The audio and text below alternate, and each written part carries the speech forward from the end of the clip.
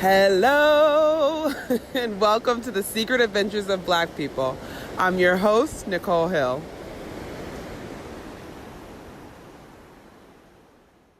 Someone told me they'd be ashamed to admit loving Christmas movies and TV specials because it might make them sound not smart. But I am smart, so I don't care about that. What I actually worried about was if admitting that I like cheesy TV programming would make me sound not black. So for a while, I'd enjoy my Christmas TV shows on the low. Thankfully, I've met a lot of black people since then, all kinds of different black people. And I know now that, yeah, there are things that we do that bind us, but there isn't actually anything that I could do or not do that would make me not black. It's kind of a done deal, you know?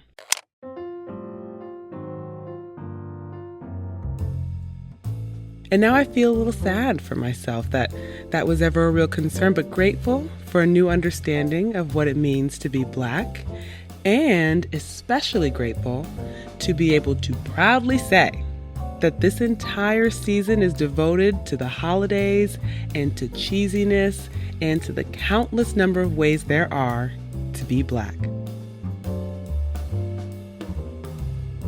I'm talking to members of our extended black family abroad about holiday traditions and about their relationship to their race. Now, these aren't actual family members. Technically speaking, they are strangers, but they're black, so that makes us at least play cousins. And there's definitely a family resemblance. Everybody loves Christmas. I think in Ireland, everybody, it's really like once Halloween is done, and like it's the 1st of November, it's Christmas overdrive. All the shops change. Christmas, the Christmas lights. This is Cousin Kenny, and he is headed home to Dublin from Belfast to spend Christmas with his mom and sisters. And then it's just a really good, nice time. It's just I think everybody goes into that like really Christmas spirit, and for black people especially, Christmas is a really good time for family. We'd always go to church. He told me about his Nigerian traditions and Irish traditions and what it's like being black and Irish, which is also the name of a fantastic podcast. You should definitely check that out. But first things first, we talk Christmas TV. Okay, so we have a channel here called Hallmark, and they make like very super cheesy holiday love stories where it's like, a girl goes to the big city and meets a toy maker and they fall in love. Do y'all have movies like that at Christmas time? Yeah, we get those movies. Those are like we have Hallmark. Like if you have Sky, you'll have Hallmark, and you get all those. Oh, it's the same plot every single time. Yeah. Or it's the one about the kid that goes to see her dad, who's not usually spends time with them, and like, oh yeah, we get them. Do you watch them ever? I would. They would. It's the only time when you can just be like, yeah, you stick them on. Yeah, it's fine. Let's watch it. So you do watch them? Do you like them? I do like cheese and cringe. I'll admit it. Like I'd be quite cheesy versus. I'm like, yeah, I'll watch it.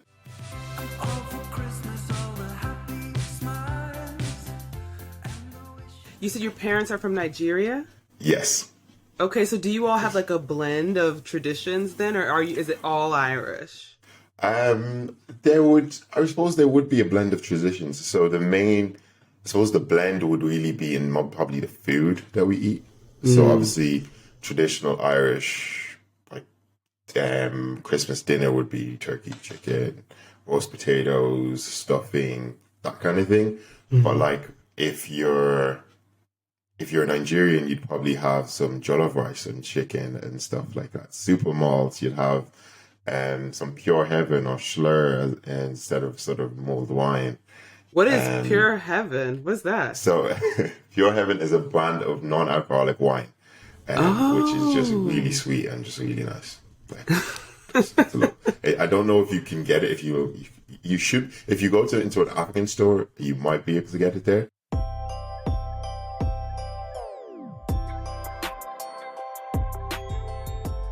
In Ireland, do you all identify as black? Do you call yourselves black, or is that unusual because you know that you're Nigerian or you know that you're, where you're from? That's a really good question. And I suppose one.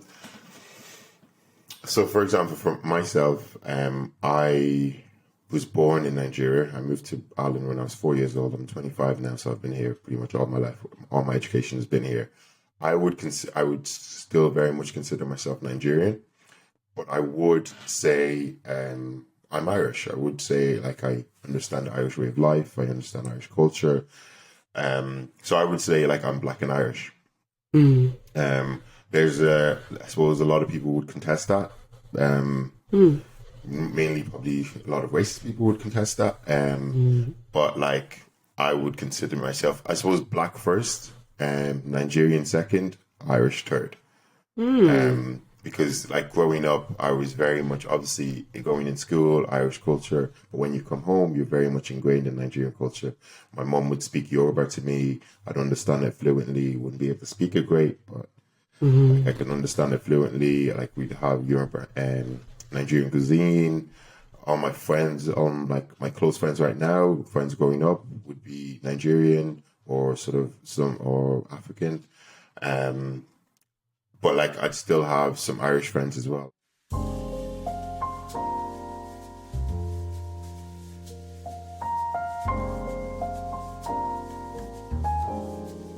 When you all were protesting over there about George Floyd's murder, which was over here, what was the message y'all were trying to get across when y'all were marching? Like, what kind of signs did you all hold up and ask for? The message was literally Black Lives Matter. The message was it was pretty much the same as what you guys were saying, which like Black Lives Matter. These things happen here as well. These not like. Luckily, we don't have sort of I wouldn't say we don't have trigger happy police. We do have police who can be quite discriminatory or quite sort of harsher on Black people or on Black events and things like that.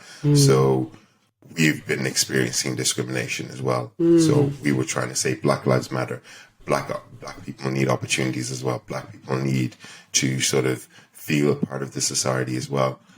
You know, but also we felt the pain of black people elsewhere, everywhere, and African Americans as well, because we see the news of the different people apart from George Floyd, Tamir Rice, Sandra Bland, all these people. We've seen that, and we get just as outraged. Like so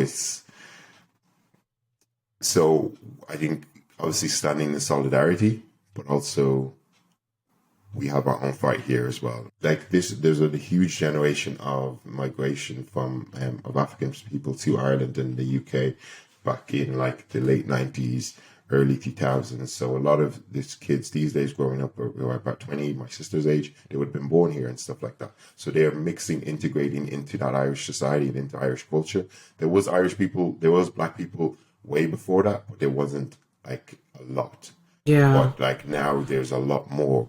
We're still very much a minority, and I'm very much a minority. I wouldn't even say there's wouldn't even be up to maybe 5% of Black people make up the Irish population. But there's a lot of us to like create something and to create an industry and create a scene and create a culture of being Black and Irish, the same way as like being Black and British or African American.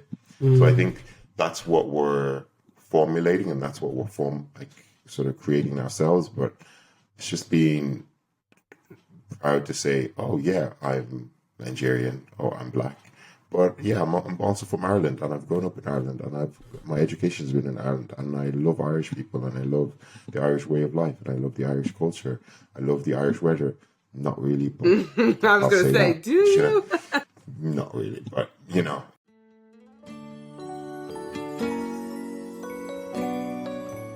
In the coming weeks, Black and Irish are hosting our very first sort of Black and Irish Awards, where we're celebrating just all Black and Irish talent and activists and people who are doing some really cool stuff in the industry. You know, so there's been a lot of change.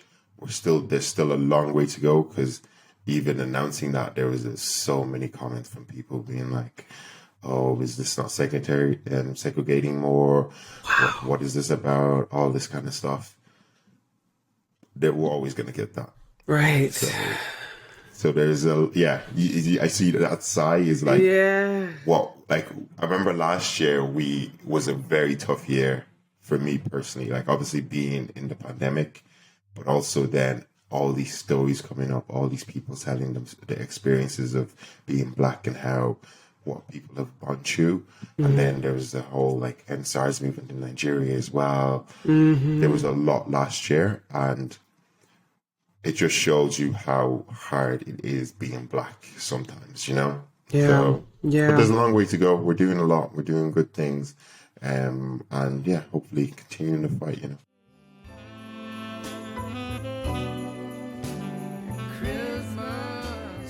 One thing that we do, I don't know if, so we have these soaps, like soap operas? Yeah. So we have, there's 3 of them that like I'd watch, me and my family would watch it. So EastEnders, Coronation Street, and Emmerdale.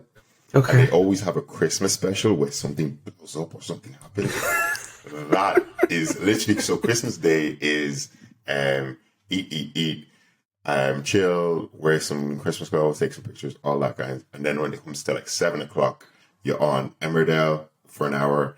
It's Coronation Street for an hour and EastEnders for an hour, and you know someone's gonna die, or someone's gonna have an accident, or someone's gonna blow up, and it's the best thing. And everybody on like, they're British shows, so everybody on Twitter is around our age, grew up with it as well. So everybody would be live screaming. That's the only time everybody live streaming EastEnders would be like, yeah, this guy, he's still alive. He's still in there. Like, we don't watch it all year. And then we go on Christmas and we're like, yeah, one Christmas, and everybody loves it. And so it was in EastEnders. It was about 10 years ago. One of a family went and sat down for Christmas, and a video was played of the father-in-law cheating with the son's wife. And you could see him point blank cheating. And he was like, turn it off. That's a bit of a joke. All this kind of stuff. The actor is Max Branning in the show. Everybody knows him. He's a serial womanizer. And like, there'll be memes about it, all this kind of stuff. And it's so iconic with Christmas. And he's in the Christmas suit and everything, because he was playing the Santa for the kids. Oh, it's the best. If you ever look up Max Branning Christmas, it's amazing. Oh my God. Prime TV. Best and everyone was just like going crazy over it. Yeah. Every year, everybody would bring it up and like, do you remember that Christmas when Max was cheating and he tried to convince us that he wasn't when we saw it? It was mad. Oh man, I didn't know about this tradition on Christmas. So this Everything is calm, now it's midnight. Everybody's sleeping, all is peace. Thank you, Cousin Kenny, and shout out to the Black and Irish podcast. Seriously, you need to go listen to them. They are out in Ireland, and they're highlighting and celebrating the identity of Black and mixed race Irish people. And they're also spreading awareness through stories, which I love. All the links to their work will be in the show notes for this episode and on thesecretadventuresofblackpeople.com. I had the best time talking with Kenny about his family's holiday traditions and learning more about his experience being Black and Irish, and I share a little bit of that conversation on Patreon. So if you're a supporter, check it out, and if you're not, go to patreon.com and search for The Secret Adventures of Black People. Thank you to my mom and my sister for being my story editors this season. Every storyteller needs good editors, and I am lucky to have found mine in-house because it's cheaper that way. Thank you to Epidemic Sounds for the music. I'm Nicole Hill, host and creator and producer of this show and lover of all things Hallmark. And no, I don't care that it's the same story over and over again. I'll see you again soon for more stories of Black folks holding it down across space and time.